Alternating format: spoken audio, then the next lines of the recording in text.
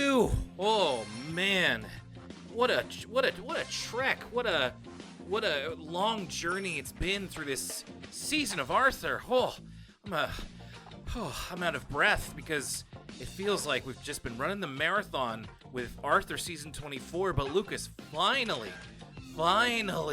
it's over. Whoa, what a task! I gotta say, when we first set out on this journey of watching Arthur, I remember there was a lot of times in seasons like 1 to 6 where people would be like, "Are you really gonna watch the whole thing?"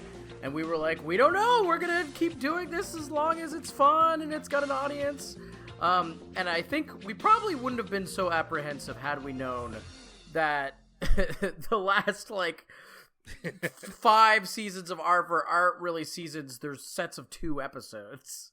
Yeah, they're much shorter. But yeah, remember when we started, that first season is like 20 episodes long, and then I was looking back at the episode list of just 10 episode seasons, and I was just like, geez, that seems so long now. We've been I don't know, depending on how you want to look at it, whether you prefer shorter seasons or whether you don't, it has been really different as we get very close to the end here. Hashtag the end of Arthur on Elwood City Limits, the episodic Arthur podcast. This is Will Young with my co-host Lucas Mancini. And now I will put this up front, as we said in our previous episode. Season 24 of Arthur. Very short. And we won't be doing a separate recap episode. I think that would be a little bit much. So at the end of the episode, this one we're talking about here, we're going to talk about the 2 stories that are contained within this episode of the podcast. And then we're going to give our pick for the best episode of season 24, as well as any general thoughts we wanted to throw in there. Not to spoil our picks, but this format works particularly well, I think, for this set of 4 episodes, because I have a sneaking suspicion, at least speaking for myself, I will not be talking about the same episode twice, if you know what I mean. Oh, okay. I don't want to give anything away either, but yeah, this is what it is. And we're going to get into that in just a few moments. Of course, first, we wanted to start off with our emails, elwoodcitylimits@gmail.com. I will also throw this out there for anybody, no matter where you're listening. We're going to be getting back to your emails in the new year. There will be a couple of Patreon releases and what have you and all that sort of thing. So please feel free to send us an email if you'd like, but be prepared to not hear about it until January. So if you have any Christmas-related questions, maybe you want to sign up for our Patreon and get ready for our Discord Q&A event coming up in December. Or give a friend, a Patreon subscription as a gift. Yeah, sure. What a nice gesture for a low price. All right, so a couple of emails here. First off, from Shannon. Hello, Will and Lucas. I have been listening for a little over a year, so still playing some catch-up. I'm currently on Season 14. If you have already discussed this in the episodes I have not yet gotten to, feel free to ignore. Actually, I don't think so, so here's what Shannon has to say. I know there has been a lot of discussion about where exactly Elwood City is. While the show indicates Massachusetts as the likely location, Mark Brown himself has suggested Pennsylvania. However, I think we need to reopen the case. I just bought this Arthur book for my daughter for Christmas. In the book, you can clearly see Jane addressing their Christmas cards from Elwood City, MA, aka Massachusetts. This is an older book, around 1998. I had to purchase it from eBay. Not sure what this means for the Elwood City lore, but thought you two would like to know. Love the show and appreciate you guys keeping me company the last year and a half while rocking my daughter to sleep. Well, thank you, Shannon. And of course, I love that even though as we keep thinking that we come across definitive answers, and yet there's always enough proof for another theory. The book that Shannon is talking about is called Arthur Decks the Hall. On the cover it says, with flaps to flip and stickers to stick. And there is a photo of Jane Reed addressing the Elwood City as in Massachusetts. So, I mean, does Arthur feel like a Massachusetts show to you, Lucas? 100%. I mean, in part because the what's the acronym, Will, of, a lot of the PBS stuff that we would have seen would have been from the Massachusetts syndicate, WGBH. WGBH, right? So I've always felt that, I always thought it was somewhere in New England.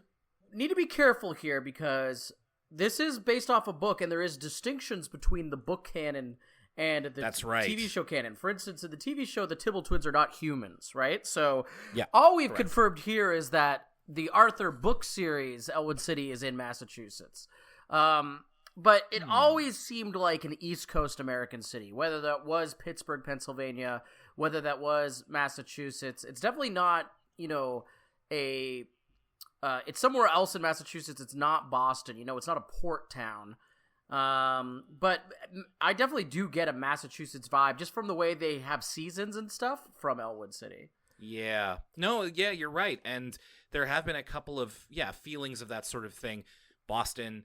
And so putting it within, we can at least reasonably say the East Coast, because, it's not the South, it's not the West. So somewhere around there, especially considering all the Canadian connections that you can find throughout the show and how the East Coast, especially the Northeast coast of America, is literally connected to Canada.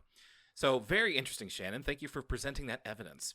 I also wanted to bring this up. We got an email from Carter Loggy, whose voice you've heard on the show a couple of times, and he sent us a very nice message, and it also included this. Did you know that Jason Schwimmer, former guest of the show, and of course the host of the Finding DW podcast, has a new sort of YouTube/podcast series along with a friend, which is about the show The Sopranos.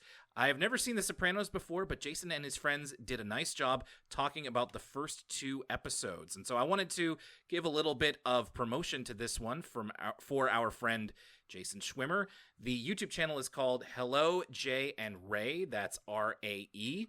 And their series is called Daddy Loves Sopranos. So if you're interested in that, if you want to hear Jason Schwimmer of Arthur and Finding DW talk about The Sopranos, check that out. The first episode's less than half an hour. It's a good watch. They're both very entertaining. So thank you, Carter, for telling us about that. And thank you, everybody, for your emails. ElwoodCityLimits@gmail.com. Remember, you can always feel free to email us, even if it's not something you want on the air. We can chat with you that way. But remember, we won't be getting to new emails for the show until January.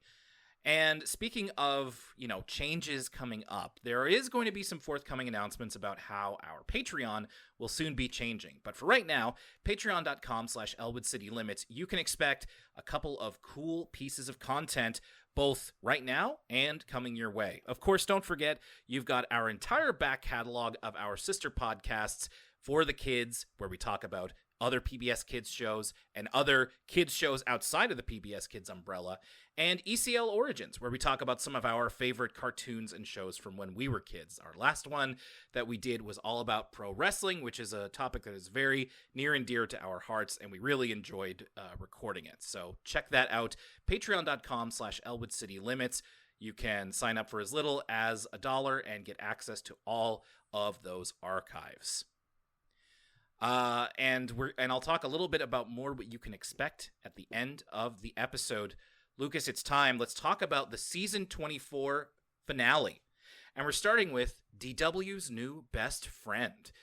So DW and Bud, they are on their way to a puppet making seminar.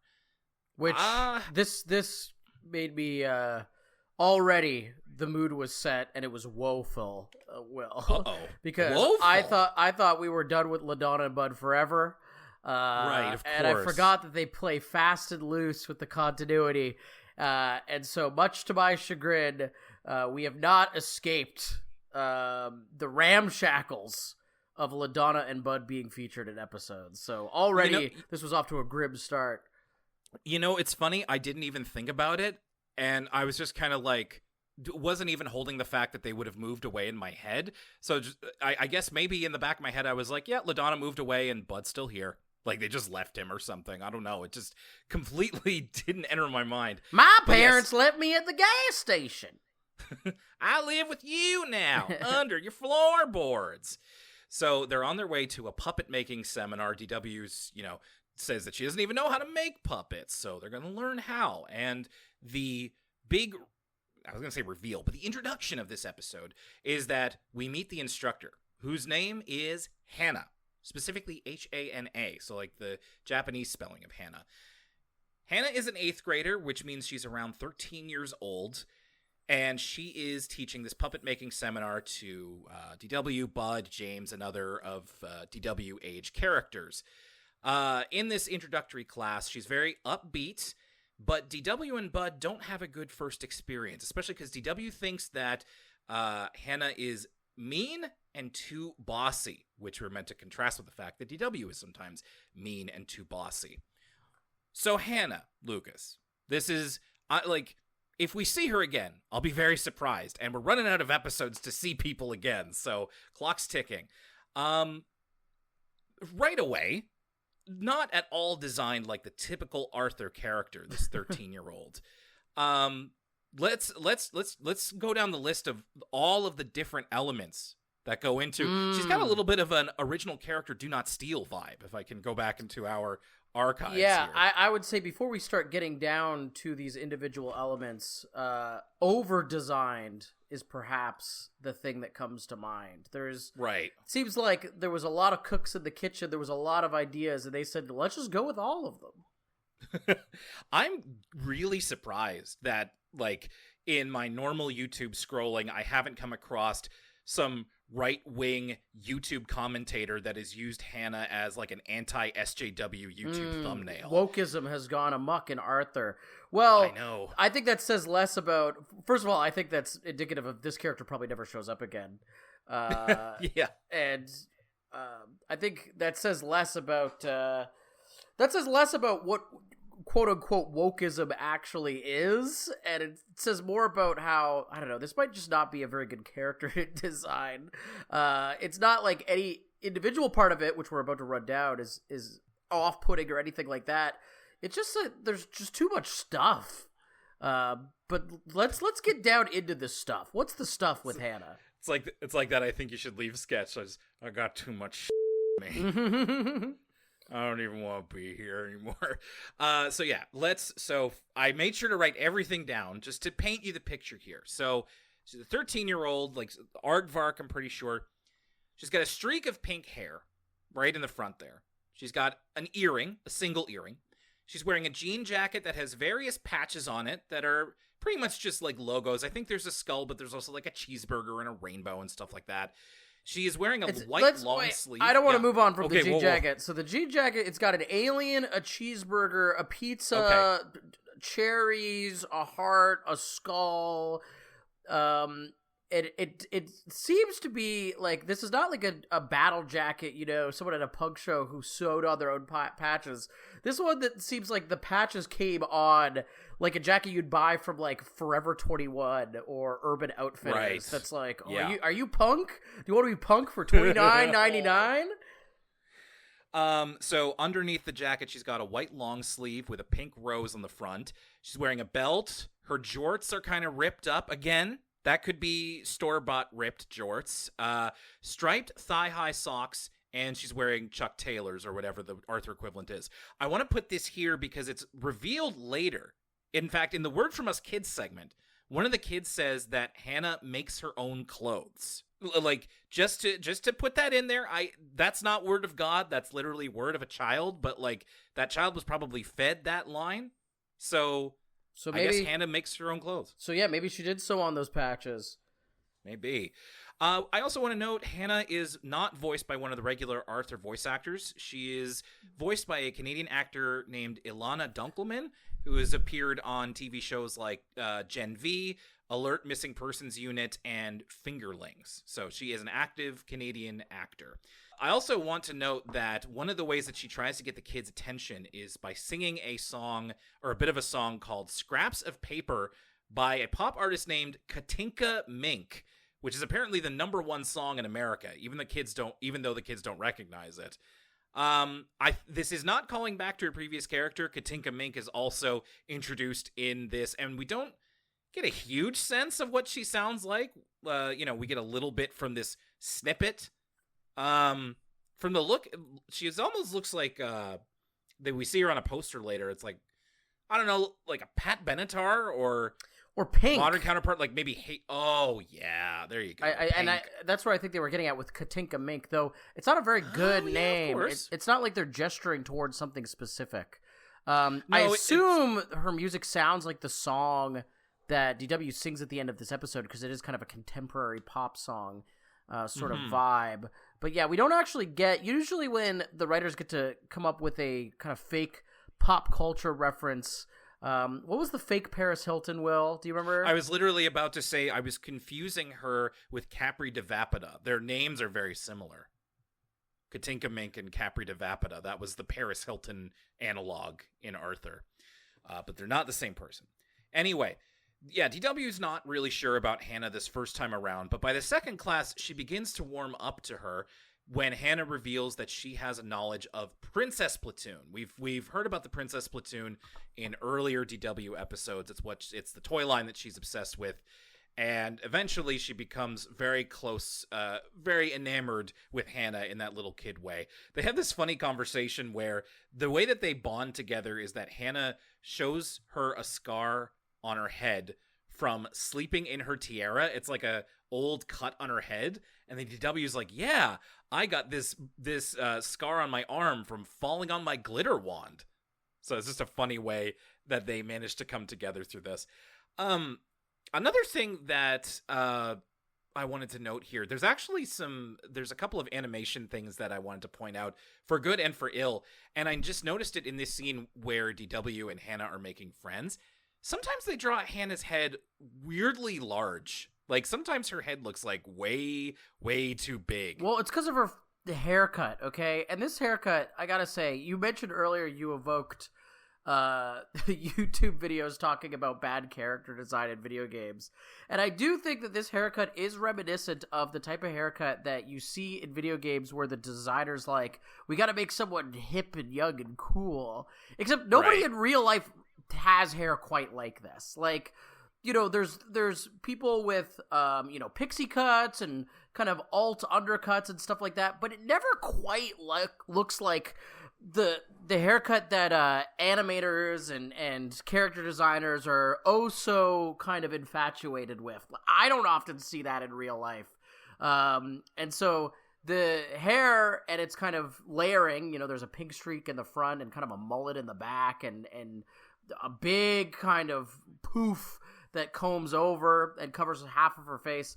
The hair is almost bigger than her head, and so it gives this illusion of her head is really big. The other thing that they do to make her like teenager in the late 2010s, which is when they have been writing this episode, is that so she has a couple of like teen catchphrases. For example, she calls things fierce a lot, which GW picks up on, which is, I think, a decent enough kind of meeting in the middle. I think it would have been a bad idea if she, had gone full skibbity riz with stuff, even though that wasn't, people wouldn't have known about that at that point.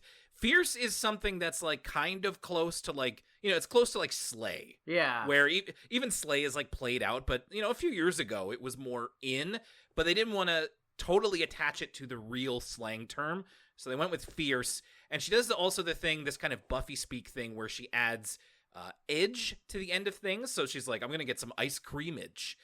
And it's like, okay, not really. Like, people don't really do that anymore, but like, it's fine. It's fine. It could have been worse in terms of trying to approximate how young people speak. And DW just completely warms up to her after this. She can't stop talking about her on the way. I thought this was very cute. Of course, when I was little, I really looked up to like my older cousins and older kids who like showed an interest in me. So this is very cute and true to life. There's a really funny animation actually where Hannah winks at DW and DW tries to wink. So she like first closes her eyes and then is like straining to put one eye down, and she just mutters, I can't wink. It was like actually kind of more subtle than I would expect a DW joke to be. It was pretty good. So DW is so smitten in this way with Hannah that she thinks that they are best friends to the point of like being friends outside of the class. Like I think at one point Hannah says, "You're my best little friend." And DW doesn't understand the distinction of like they're not friends. She likes you, but like once the class is over, you're not really friends. Even though DW says that she and Hannah are new best friends, and this kind of hurts Bud's feelings because he thinks it means they aren't best friends anymore. According to Bud, you have a best friend, you have a worst friend, and then you have somebody in the middle, and Bud's somewhere in the middle. Even though DW says that, I really like this, that Bud lives down the street, so we're automatically friends, which is also very, very good. I was definitely friends with kids on my street, but I don't know if it was an automatic thing. What about you, Lucas? Oh yeah, no, I was a little bit of a latchkey kid. Like I would run up and down the street and hang out. It's easier, I feel like, to make that type of friend when you're in elementary school because you don't even have to have anything in common, really. You're just in the same location, and it's like, hey, do you have a GameCube? Right. Yeah. We bring back Katinka Mink at this point. We've seen her billboards and such, and DW alerts Hannah to an upcoming show of hers. And DW even calls her on the phone and tells her what's going to happen. They also run into each other in the mall, and this is where DW starts to even dress similarly to Hannah. Not completely, but we see her with like the shirt and the belt and the teased hair, and she's got a little bit of what looks to be lipstick on, something like that. And so DW, after alerting Hannah to this, and Hannah's really excited about it, DW thinks that they're going to go together. But Hannah has to let her down easy here a little bit of like, DW says, but we were best friends. And Hannah's like, you're my best little friend. But this show is for older kids and you probably wouldn't have fun. So DW is really, really heartbroken about this. I should mention when DW is putting together her Hannah-like costume, she straight up jacks one of Arthur's white shirts and paints a rose on it, and also steals Pal's collar to be the belt around her waist, which I thought were both funny.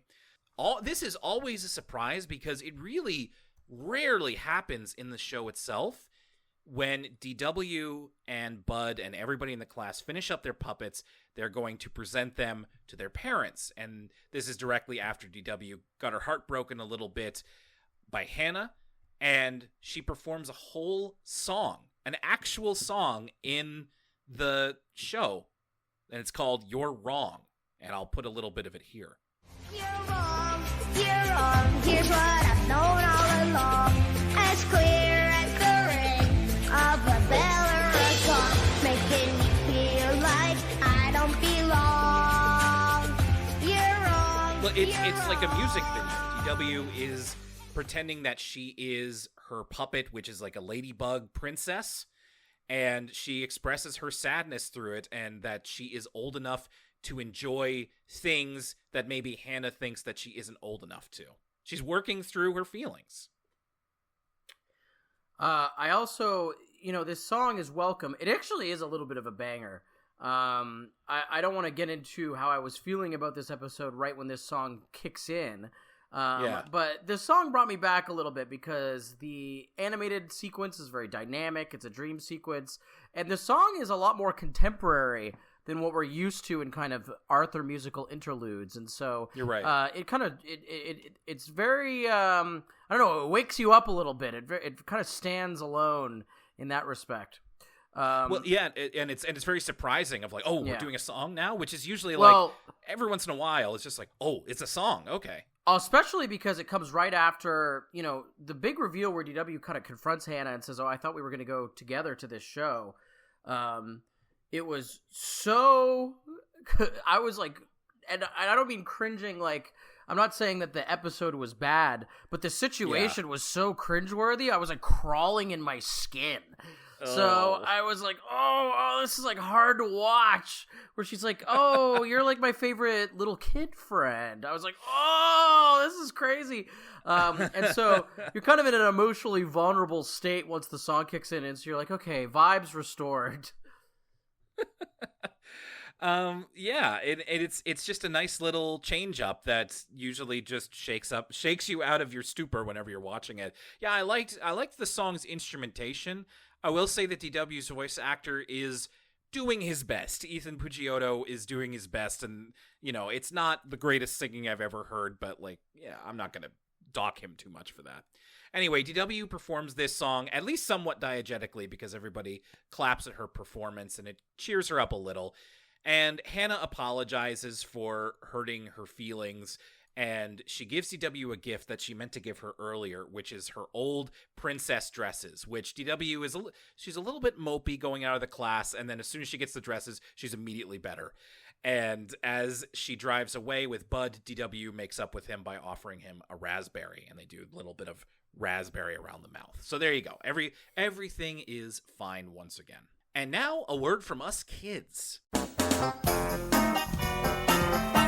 now a word from us kids. Relating back to the episode we just watched, Sophia and her second grade class are doing some fashion designing of their own, with making designs on shirts as well as doing a bit of fashion photography as well. I thought this was cool. It also reminded me that I did stuff like this in school, back in ancient times as well. I remember specifically I had a project where I had to design a pillow and making shirt designs as well. Did you ever get to do anything like this, like screen printing or something like that in school? Yeah, not in school, but I did it with stuff, the kit you got from Michael's craft store. I don't know if they have that in the States, but so I got a little bit into, putting together some collections myself. Well, I gotta say though, and I know these are little kids, and I'm glad that they're expressing their creativity, but this is not drip, okay? This is not it. I'm sorry. The kids aren't gonna they're not gonna get signed to Versace as a designer with these concoctions. However, No. I'm glad that they're expressing their creativity. Also, kid in a Boston Bruins t-shirt. This is adding credence that perhaps Arthur is in Massachusetts. Yeah, no, of course. But this is, I'm sure this was a lot of fun to do. Yeah, and you got to start somewhere. You can't just. It's just funny. No one to is make fun of born. it. Yeah. No one is born with drip. At least I don't think so. At least I wasn't. Sometimes drip. Speak for has to be yourself. Yeah. All right. I also liked they did a little bit of fun fashion television style editing with the kids' photos, so they got to use some more funky effects than you might see in a Word From Us Kids segment. Hi, everybody. It's Lucas, your favorite co-host from Elwood City Limits. I want to remind you folks that if you like listening to the podcast, first and foremost, the best way to spread the love is to tell a friend who is interested in Arthur or podcasts or animation or hearing about Nova Scotia for some reason. But there's some other things you could do as well. For instance, you can follow us on social media. Twitter is at ECL Podcast. The Instagram is at Elwood City Limits. My pet project, the Twitch channel, which we do live streams on sometimes, twitch.tv/Elwood City Limits Pod. And we also have a Facebook and Tumblr as well. You can also find us on Apple Podcasts, Spotify, and youtube.com/Elwood City Limits. That's where Will has been diligently uploading all of the episodes if they're not on your podcast listening service of choice. If they aren't on one of those services, let us know. You can reach out to us on social media or via email at elwoodcitylimits@gmail.com. Finally, the Patreon is where you can find all of our paywall content, patreon.com/Elwood City Limits. This gives you access to the Discord, where we have a bustling community, as well as some exclusive videos, audio bonuses, such as commentary for the various Arthur movies and more, as well as some of our additional podcasts. For the kids is where me and Will cover all the PBS shows that aren't Arthur, as well as ECL Origins, where we really talk about any show from our childhood that we want.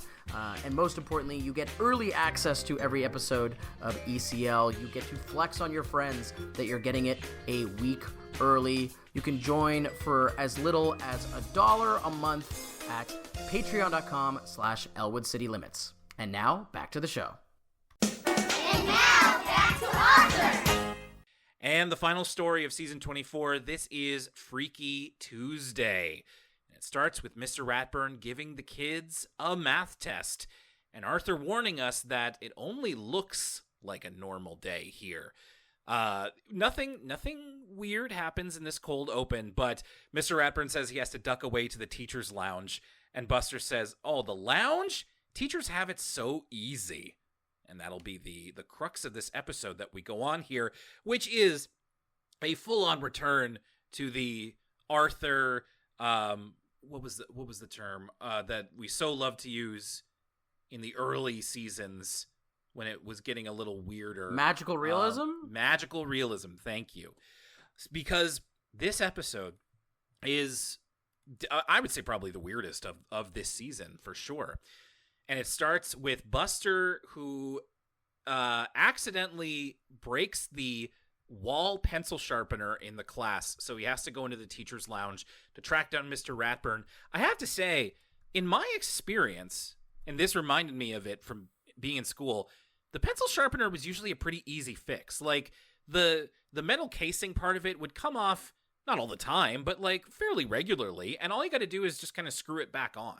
Like, it's not broken. You just have to put it back together. I don't know what kind of mechanical pencil sharpeners they have these days, Will. We're talking about the analog, old school version. Maybe they have newfangled pencil sharpeners with extra components. But here, you're right that it looks like the classic. Yeah, this one is the wind-up, so I'm not really sure.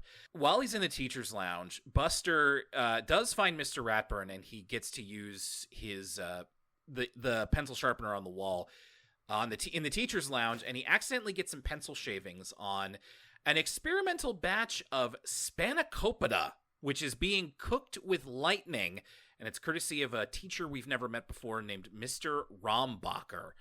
So spanakopita is a Greek dish. It's like a savory spinach pie. I feel like I have had this before, and I probably liked it, but I'm not certain, and now I kind of want to track some down. It's fire. It's fire. It's really good. How could it... That sounds excellent. How could it be bad? Yeah, any sort of like Greek savory pastry like this, the flaky, light, super good. Like, I feel like I want to try and maybe pick this up. Maybe there's got to be some in like the frozen aisle or something. And of course, I know I'm used to saying it because of that Venture Brothers episode, spanakopita. And they get the pencil shavings on the spanakopita, both because they put it right below the pencil sharpener, but whatever. Anyway, Buster and Mr. Ratburn touch the spanakopita at the same time, and their personalities are switched into one another's bodies because of the electrical charge that you can see going through it. And of course, Freaky Tuesday, the title of this episode, is a takeoff on the movies Freaky Friday, where in those movies, it's a mother and daughter changing bodies. It's a pretty standard trope by now, the whole body switcheroo. It's been done in TV and movies and stuff like that. So this is Arthur's take on it. So Mr. Ratburn is in Buster's body, and Buster is in Mr. Ratburn's body. In my notes here, I refer to them as Ratbuster and Bustburn. So Ratbuster is Mr. Ratburn with Buster's voice. Bustburn is Buster with Mr. Ratburn's voice, just to make that clear. And I mean, they take advantage of this pretty fully. Right away, you've got Arthur Holden's voice coming out of Buster and Danny Brochu's voice coming out of Ratburn. I really liked the line here when sorry, I'm already breaking my own rules here. Bustburn says, "Why are my pockets filled with acorns?" Which is a great question. Like, what is Buster planning to do with those exactly? Or is it just like a child thing of just like stuffing your pockets with random crap? Yeah, perhaps. I have not been privy to the pockets of an 11-year-old anytime recently. So, but that was a particularly good line reading, and their kind of delivery changes a little bit. Yes, like they're not just doing the Buster or Mr. Ratburn voice in their particular bodies. The nomenclature here is getting me mixed up, Will. I don't blame you. But the Mr. Ratburn as Buster delivery is a little bit of in a higher register than the regular Mr. Ratburn voice. And I think the same is true of Buster as Mr. Ratburn. Right, because Arthur Holden, who is his Ratburn's voice actor, he's really good in this. He uses his higher register to try and approximate a child's voice, and it doesn't really work because Arthur Holden's voice is so deep, but it's funnier because it doesn't work. And then Danny Brochu sometimes has to put a little bit of stuffiness into his lighter voice. So Ratbuster and Bustburn try to go about their normal roles in each other's lives, while trying to find Mr. Rombacher, who I'm guessing is like a science teacher or something. So Ratbuster is over here sweatily trying to teach class, but it's Buster. He doesn't know anything. When Brain asks, "What's our score on the test?" Ratbuster says, "Can a score ever really be known?" He is just he's scrambling, while Bustburn is trying to track down. He gets to Mr. Rombacher, who tells him that the way to reverse an electron transfer, which is what the science version of what this is, I guess, is to get his Lightotronic 9000, which apparently still works and can hopefully be used to reverse whatever has happened. But of course, he's in Buster's body, so he's not able to just go and do whatever he wants. And the main antagonist of this episode is Principal Tingley, who is constantly thwarting Bustburn trying to do anything. He has to steal the spanakopita from the teacher's lounge, but Principal Tingley catches him in the act and he has to go back to class. While this is going on, Ratbuster eventually, he sees an ancient Egypt poster on the wall, decides to start teaching about it, but he's Buster. He can't really he can't give you any kind of education. So when Bustburn comes back in, Ratbuster is creating an approximation of ancient Egypt in class, and he is the Sparrow, aka the Pharaoh, and just trying to figure something out to kill time in a way that Mr. Ratburn might. And he tries to continue teaching while Bustburn steals back the spanakopita again and manages to charge it. There's a good line here because he has to go to this darkened science class to do this. And Miss Tingley, both times, it's kind of like a very low stakes Metal Gear Solid level where she comes in, or perhaps maybe Little Nightmares because of the food stuff. And she says, "I can smell the electricity and feta cheese." Which I was like, ooh, feta cheese. All right. And the other ticking clock element to this is that they had this test and it's over with. So Ratburn has to finish grading the tests and then submit the grades to Miss Tingley by that afternoon. But Ratbuster doesn't know how to do that. So we see him later. He's got this system that's based around making pictures, and that's really grading more of the way the test looks than if anything is correct or not. It's a math test. So again, Buster doesn't really know all that much. This is I think that they took pretty good advantage of putting them in each other's shoes, and these are two good characters to swap roles. They're so different. It is, but I don't know. This concept is so weird. It doesn't really feel like an Arthur episode. Don't you? Did you get that vibe from it? Even the more kind of outlandish Arthur episodes, or the kind of magical realism, some of the crazier concepts we've seen. There's something about this that it doesn't feel like Arthur to me. Now, I know that that's not very satisfactory, because I should really have some kind of information or quantifiable element to back that up. But I don't know. There was something about this that seemed a little bit, and I hate to say this, a little bit random, perhaps. A little bit I don't know, what, let's say Buster and Mr. Ratburn switch bodies. That being said, it is two funny characters to pick to switch, given that Buster is kind of this non-academic type of guy. Mr. Ratburn is so studious.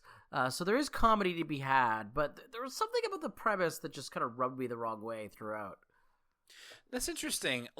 That didn't really cross my mind, but I'm wondering now, because in the past when we've said that, it's been about the dog and baby episodes where it's it feels like Arthur trying to be Rugrats. Does this, if you thought about it, does this remind you of another sort of plot that a specific cartoon might have, or? Not another specific cartoon, but I mean, it is just Freaky Friday, even down to the pun of Freaky Tuesday, of right? Course, and course, so, yeah. I don't know. There's something about it that really doesn't feel like Arthur makes it its own. And I guess we'll get into this a little bit more when it's time for final thoughts. Yeah. Okay. Well, we're almost done here because Ratbuster is trying to do this grading, and Bustburn is trying to stay one step ahead of Miss Tingley. He gets the electrified spanakopita back to Ratbuster, who is teaching outside now because it's something about how the ancient Egyptians created the first playground. So let's everybody go out in the playground for research. they both eat the electrified spanakopita, but it doesn't work. Like, they try touching it, and it doesn't work. And this is where we kind of get the message. Like, I didn't realize it was going to be like a message sort of thing, where Buster, in grading as Mr. Ratburn, realizes that teachers don't have it easy at all. And then there's this whole thing about how there's a wet patch of cement, and the kids either keep running into it or want to run into it, and Ratbuster has to tell them no. So he's tired of, like, telling kids not to have fun. He's tired of grading and doing all this work. And then eventually he gets stuck in the cement and his grades fly everywhere. And Buster wakes up from his dream. This happened in the cold open as well. Mr. Ratburn woke up Buster from a dream. And yes, Buster wakes up from a dream. It was all just a dream. And he learns his lesson. Yeah. However, this whole thing started, this whole story started when Buster broke his pencil lead and then had to use the sharpener, and then that led to everything. And then, wouldn't you know it, it's a math test, Buster breaks his pencil lead, and then we do this big, wacky spiral pull out of the camera as Buster screams to the heavens. And that's the end of the show. It's like, it is happening again. I don't know. And there it is, Freaky Tuesday. Yeah, I'm going to be interested to talk about this one because, well, anyway, I won't spoil it. But this is, in fact, the last two stories of season 24. Let's go back to DW's new best friend with the introduction of Hannah, who I'm fully expecting to never see again, but I've been wrong about that before. Lucas, what did you think of this one? I was not a fan of DW's new best friend. I think that we're kind of getting into this era of, and I didn't do this episode any favors. I was watching clips of seasons 1 through 4, Arthur, which is not something I've really been doing that much in this late era. And I think that's been good because I've been able to meet these episodes on their own terms in reviewing these late era Arthur episodes. But, you know, there is something. Oh, excuse me. I unplugged my headphones. I'm so mad about this. I'm so worked up about DW's new best friend. But there is something about this episode where it's not just kind of Hannah's busy character design that rings a little bit hollow. Like, they were trying to be like, this is a cool teen, but they kind of went too specific or not broad enough. Like, think about Francine's older sister. I feel like they nail it with Francine's older sister. She's vaguely a teenager, and her sensibility and character design is different from the other kids to inform that. Hannah, it's almost like they're trying too hard, and they kind of miss what they were going for as a result. And then it's funny. The episode actually does accomplish what it wants to do, and I think it's a good moral too. I think everybody who's DW's age, I know I've had moments like this where you look up to an older kid, and you are, you know, you're like, wow, the big kids want to hang out with me. They think I'm cool. This is so awesome. You think that they're thinking of you as a peer, where in reality you're just kind of bugging them, and they're kind of you know, giving you the benefit of the doubt, or they're kind of meeting you halfway. But in reality, they'd rather just hang out with people their own age. I feel like I've experienced stuff like this, and I'm sure a lot of the audience have. So it's a good moral. It's just so hard for me to watch. This is one of those Arthur episodes where usually Arthur episodes, when they're at their lowest, you know, we're really at the kind of emotional dark point in an episode. They're never, you know, quote, too much for me to handle. I'm made of pretty stern stuff, Will. I can watch big boy movies and stuff like that. But there's something about the reveal where DW's like, what, you don't want to go with me? Then I was like, whoa, this is like so cringy. It's like almost hard to watch. Like, I have to turn away. I'm cringing so hard. It's a little too real. Yeah. So I don't know. I mean, that's the episode doing its job, but I think between kind of Hannah feeling a little try-hardy to me and, you know, Bud being the secondary character that we have to deal with in this episode, I just didn't enjoy it watching it all the way through. And this is kind of one of my least objective. I mean, none of these reviews are objective. They're always kind of our get feelings. But this would be one of those Arthur episodes where it's not like the episode is poorly executed, but it would be pretty far down my list in the Arthur canon of ones I would ever want to rewatch. I just kind of felt like it was an uncomfortable watch. And I don't know what that says about the episode. It says more about me than anything else. What did you think, Will? Well, I shared your feelings of discomfort. I think that was definitely the idea. So it didn't really stick with me in the way that it did for you, that it affected me. Like, I thought this was okay. The DW episodes, especially in the second half of the series, are not always all that great, but I thought that, as you and I have talked about, this touches on something that I definitely felt at DW's age, where it's like there are these kids who are older than you and cooler, and like you really want to emulate them and impress them and all this stuff. But the lines get a little bit blurred, especially when you're quite young, when it's like, well, we're not friends, like, unless you're like related to them or something, but it's like, we're not friends, but they are friendly to me, and trying to navigate that. So there is this kind of awkwardness, and I thought that that was an interesting thing to tackle. Hannah as a character, like, I think it's like it all works fine for what they're going for, and I can see why DW would be interested in her, like in that sort of way. But yeah, it's like I thought it was okay. I didn't really have any strong feelings about it, but this totally made sense. I'm actually kind of surprised. Well, now that I think about it, I guess they have done other types of episodes where like someone of Arthur's age is trying to impress somebody older than them or something to that degree. But it's like, we haven't done that with DW, so it felt a little bit newer. What's interesting about Freaky Tuesday is a lot of times when we've been talking about an episode, we have the thing where like we didn't really care for it watching it, but in discussing it, it was a lot more fun. I think this might be the opposite, in that I enjoyed this episode, but talking about it, it made me kind of realize that it's a bit more, I guess, slight maybe than I realized, and like maybe not as well put together behind the scenes as it is to watch it. I mean, like, I'm not going to take it back. I did enjoy this episode. I thought it was funny. I liked that this concept was being used in Arthur. I thought these were the right two characters to use. I mean, you could go so many different ways with this. You could practically do a whole season of just these types of episodes. And so if they're going to get one kick at the can, I thought they did pretty well. You maybe could have done like some other type of jokes, but like I'm not an Arthur writer. I'm not backseat writing here. At least I try not to.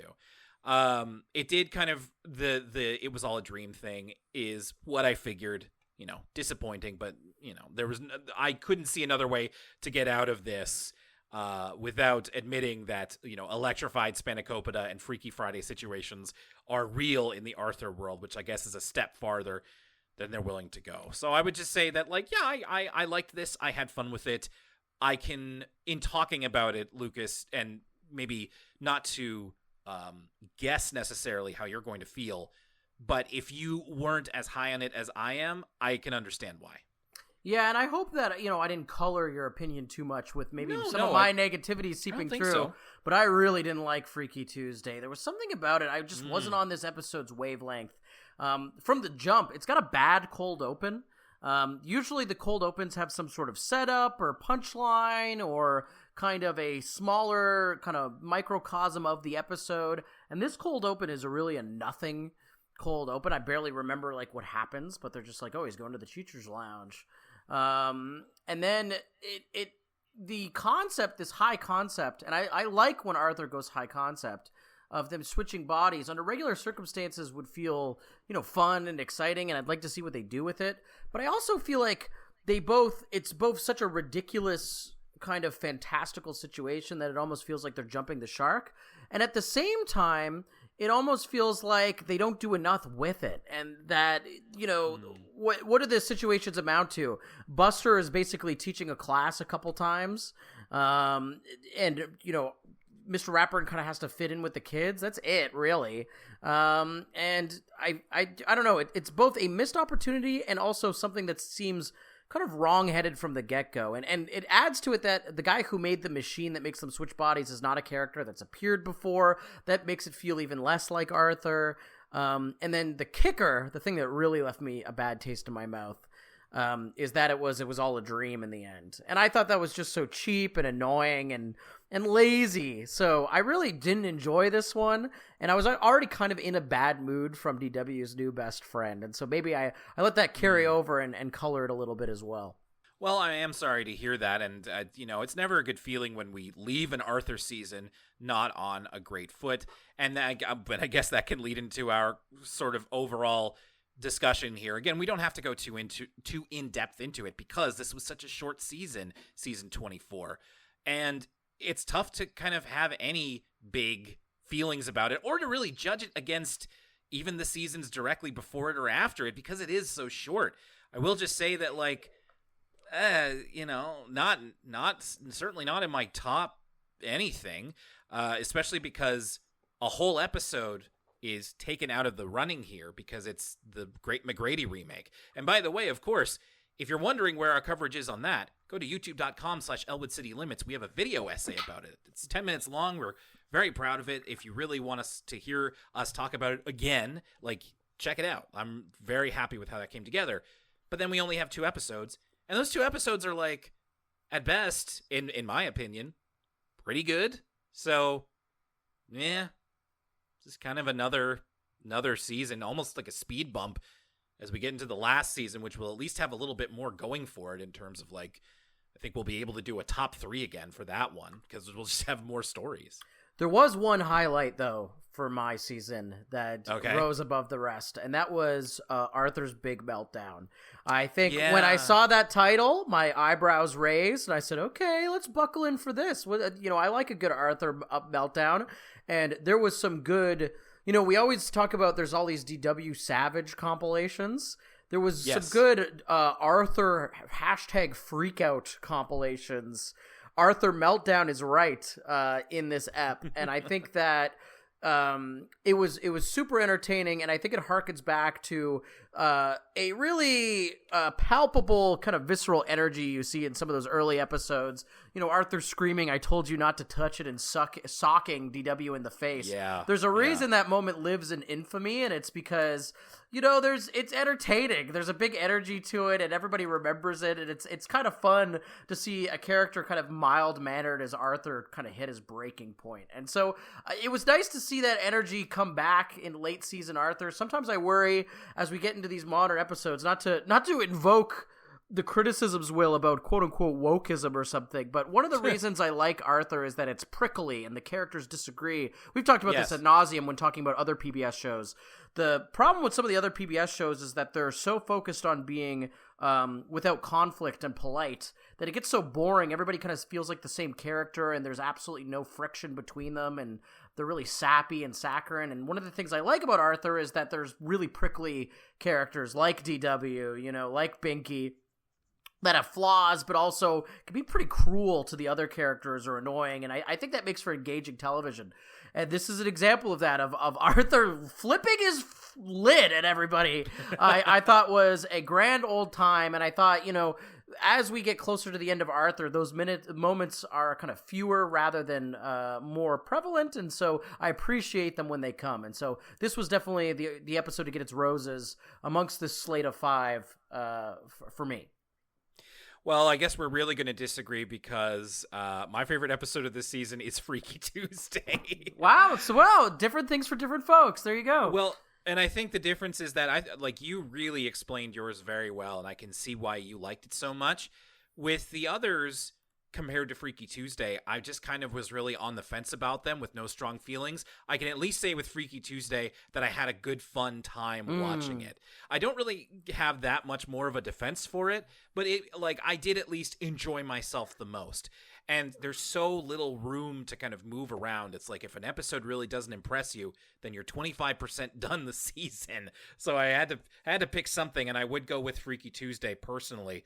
But I am looking forward to getting to another new season that is a little bit longer so we can have a little bit of room to move around and find the episode that really moves us.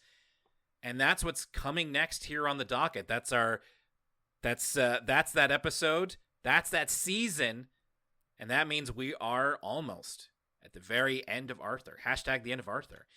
So here's what the rest of 2024 is going to look like for Elwood City Limits. So for the free feed, everyone listening on the free feed, we are going to be taking a break for the rest of the year. There won't be any new Elwood City Limits episodes after this one you're listening to. We're going to start up season 25 in January. And for Patreon patrons, you're going to have a couple of pieces of content coming your way in November and December. So first up, coming up next week, or the week that you're hearing this on the free feed for the first time, we are going to finally knock out the last Arthur commentary that we haven't done yet. We are going to be doing a a full-length commentary on Arthur's First Day, which is appropriate because that's the 1 hour special that aired after season 24. So it's come at just the right time in our timeline. And, we've talked about Arthur's First Day on the Patreon in kind of a looser sense. Now we're going to be doing a full commentary, and then you'll have the whole set of Arthur commentaries for all of the 1 hour episodes. And we always have fun doing these. I always enjoy doing these. They're a little bit more loose. They're a little bit less structured, and we have a good time just watching some Arthur together. Coming up at the end of November, we are going to have a special podcast. It's not going to be one of our sister podcasts. It's going to be a one-off. With a special guest, we're going to be joined by someone who has been a booster of this show for a very long time. In fact, you can even purchase his shirt designs from our Elwood City Limits merch store. Check out our social media links for more on that. We're going to be talking with Josh Owen, a.k.a. Cookerzilla, and we're going to be doing a special all about the animation of Arthur. We've talked about it for a very long time. I mean, as long as we've been talking about Arthur the show, we've had thoughts on the way it looks, thoughts on animation, even though Lucas and I, we do not come from animation backgrounds. Josh, however, does, and he has quite a bit more experience in the field than we do, and I'm really excited to speak with him about the various eras of animation in Arthur, what goes into animation, and everything along those lines. So I am really excited to be doing this. We'll be recording that soon, and that'll be coming your way in late November or early December, barring anything on the timeline. Also, speaking of December, patrons, make sure that you have access to our Elwood City Limits Discord, because we are going to be doing a voice channel event in around mid-December. We're still figuring out the date. It'll most likely be a Friday, and we are going to have a little voice channel event and Q&A. So if there's ever anything you wanted to ask Lucas and I, we will be there live, and you can come on mic with us. You can come on chat with us. We would just love to be able to talk with you person to person. We've got some great people in that Discord, and we want you to be part of it. So again, patreon.com/Elwood City Limits. You can sign up for as little as $1 and join our Discord. And that the event, don't worry, we'll be putting it up on Patreon and Discord when that event is going to be happening. We're just nailing down the timeline right here. I will also point out there is one piece of free feed content that you'll be getting in December. There is a larger announcement about our Patreon that is going to be coming in the next month, and that'll be released as a piece of audio on the free feed.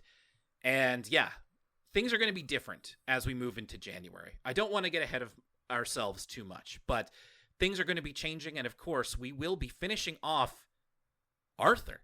Season 25 is the last season, as far as we know, at least right now. So I want to do something. You may have noticed that at the beginning of the episode, I didn't do the Patreon shoutouts, and that was by design. Lucas, if you'll indulge me here, I don't think this is going to take longer than a couple minutes. If you're listening and you really don't care, feel free to skip ahead, maybe 2 minutes, 2.5 minutes. I have all, as of November 12th, all 114 names here, and for what is likely the last time, here we go. I'm going to read them off to you because we want to say thank you, not just to these people that we're reading off, but this goes out to everybody who has ever supported us on Patreon. Even if your name is not here, we have seen your name many times in this Excel document that I've had or on Patreon. And if you've ever given your hard-earned money to us, we want to say thank you. But we especially want to say thank you to Leanne S., Light Relentless, Teresa, John Griswold, Stella, Ross Ward, Christine Wong, Joe Sue, Riley Stevens, Jake Bailey, Kevin Noon, Caitlin Harrington Robinson, Shayna Bennett, William Moore, Muppet Baby Cat, Sierra S., Michaela Gibson, Rachel Pearson, Marlo Stanfield, Peebs, or Pretty Cool Stairs, Matt, Andrew Power, Yoshi, E.J. Acra, Revd, Owen, Hannah Lee, Michelle Sprzinski, Ursula Catt, Lawrence, Valeria, Nicholas DeMarco, Allison Archambault, Robert Morrison, Bob Yee, Sydney Long, Kevizard Edits, JHC, Vinny Cataldo, Kirsten, Emmy the Ghost, Kelly Corbett, Gabs, Veronica Tram, Eddie Castillo, Alex K, Jay Wags, RG, Anthony Williams, Derek Richopo, Richard Mortimer, Americana Dream, RPG Fiend, Katie, Jeffrey Norris, Rory Forever, Emma, Jenny Cardenas, Katie P, Jack, Jeff L, David Corrales, Ash, Chloe, Maria Gisselquist, Cecil Robinson, Melissa H, Mamada, Crimson Vision, Derek Watson Jr., Alex, Nehemiah Unimuk, Alicia, Thunder Yetta, Ryui, Oscar Vest, Ben Spatal, Tiki Barber Fan, Maisie Rose Sterling, Emily K, The Flying Sparks 32, Marco, Purple Stars 2006, Iman Salehian, Stanley Fryman, Ashley Hollingsworth, Emma Graybeal, Vonnie G, Ann Perry, Blendy, Zara, Peppy Roo, Aaron L, Ashmita, Jenna/Jen, Matthew Garcia, Robin Marks, Dear Miss Elizabeth, aka Z, Young Wee, Jared G, Rowan S, CJ, Tara, Zach, Greenhouse Vinyls, Chris Tarr, Kayla Ginsberg, Colton, Reem Scally, Quantum Wave, Tip Top, Paunic Mania. Thanks, everybody. And finally, when we come back in January to start off Arthur Season 25, please join us. Woo. That's okay. You just read a lot of names. That's took more out of me than I thought. Yeah, no worries. Please come back. Please come back and join us for the final season of Arthur. And it all starts where we talk about Binky wrestles with a story, and all will be revealed. There's only 4 episodes left of Arthur, and we're gonna have fun to the very, very end. It's not over yet, but let's get ready to say goodbye to one of our favorite shows in 2025. If you're listening on the free feed, thanks a lot for joining us for this year, and thank you very much for sharing the show with your friends and for supporting us in every way. If you're a patron, we will be seeing you very, very soon. And for everybody, that's it for Elwood City Limits for the year 2024. My name's Will Young, and for Lucas Mancini, The Lounge. Teachers have it so easy. We'll see you next time.